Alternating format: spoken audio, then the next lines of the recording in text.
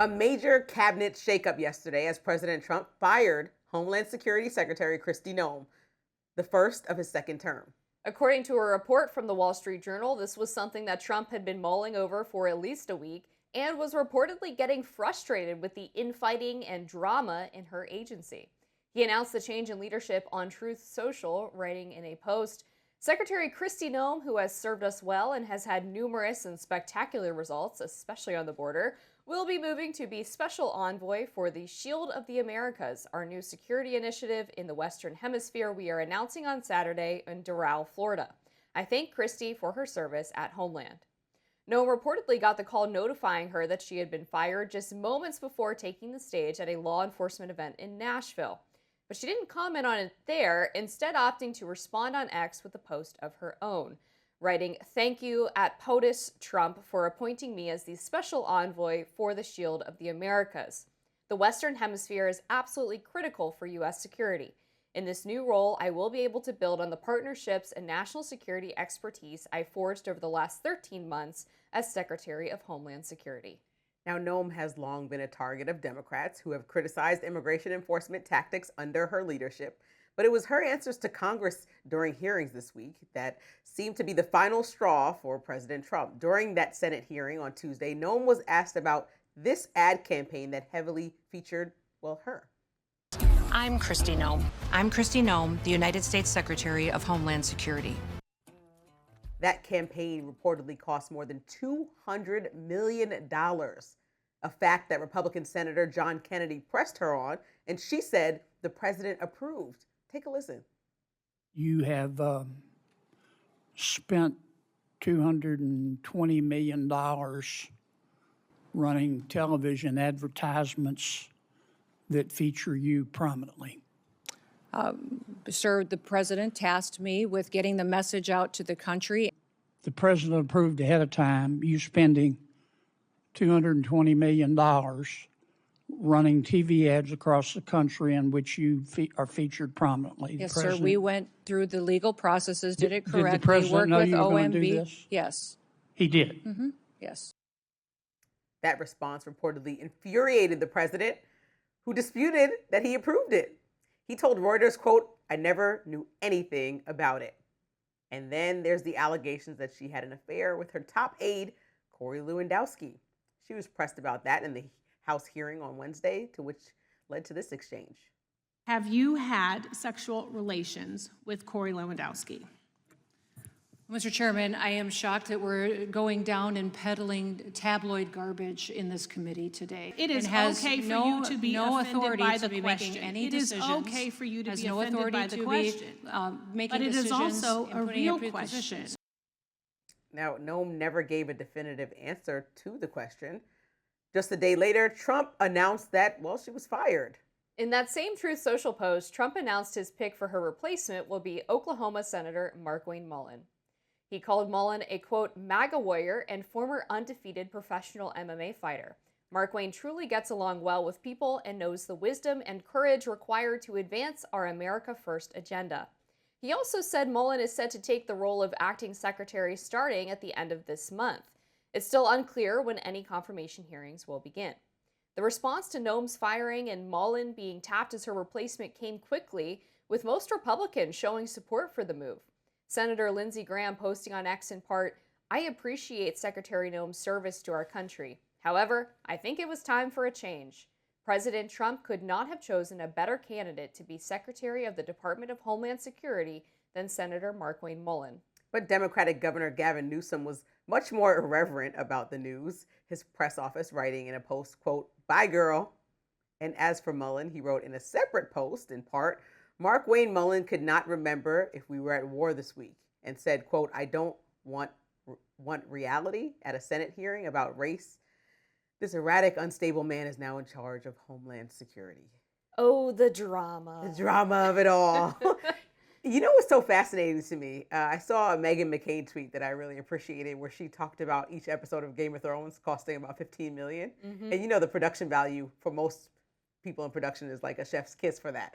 But Kristi Noem spending $220 million on a commercial. She's like, what in the, I'm lost. What were you doing? Because it doesn't look better than Game of Thrones, whatever you were doing. So I'm confused about why you spent that and how you're justifying spending the gross GDP of a small country. And she used the emergency authorization to basically bypass the normal contract bidding process.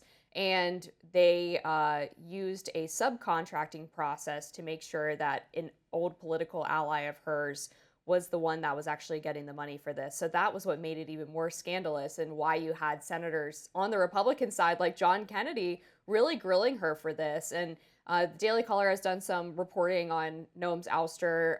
They've talked to several administration officials, one of which had this quote, which was pretty spicy. I love when you have some I know. tea. It's laughable that Kristi is trying to blame her own self-inflicted issues on someone else. The issues that led to Kristi's replacement were a result of her own wrongdoings, not a lack of support from the White House. And that was in response to a second administration official who said that Kristi had felt that she was thrown under the bus after the Minneapolis situation and that she wasn't getting proper support from the White House. And apparently she did go to the White House and ask for more support in the beginning of this year, which Trump gave to her. But then when Minneapolis boiled over, he said, okay, enough is enough. Right. I think the response, something else that stuck out to me from that hearing was Alex Preddy's family basically asking for an apology, or however she wanted to address the situation. Even if it's not, I know a lot of time with the hearings, I think we agree upon this, that they're used from both sides of the aisle to clip out moments to try to embarrass the other side and then fundraise. But even in private, a conversation between any of the families as the department leader who called and described these people as domestic terrorists in both occasions within minutes of the incidents without full information. Even Tom Homan, who's strict on the border and strict on immigration policy, was like, let's pause, let's do some investigations, and let's discuss. The fact that she wasn't able to just acknowledge that there may be a conversation that could have been had, or a pause that may have been taken, and to do it back to back, to me just showed that nothing was going to ever change, or no discernment was going to be shown down the line. And I think that that is a little bit alarming too, just to think like at the end of the day, when we wanted immigration to take place, we didn't want Americans to die, no matter where you fall as this investigation plays itself out. And so we certainly don't want the leader of the Department of Homeland Security immediately saying things that are not even backed up by the President of the United States. I was always concerned about her lack of law enforcement experience. And then going back to her time as South Dakota governor, one of the things that Republicans were really suspicious of her over was that during the big backlash to transgender ideology, she was presented with a bill from the Republicans in the state House and Senate that would have prohibited men from participating in women's sports on the collegiate level.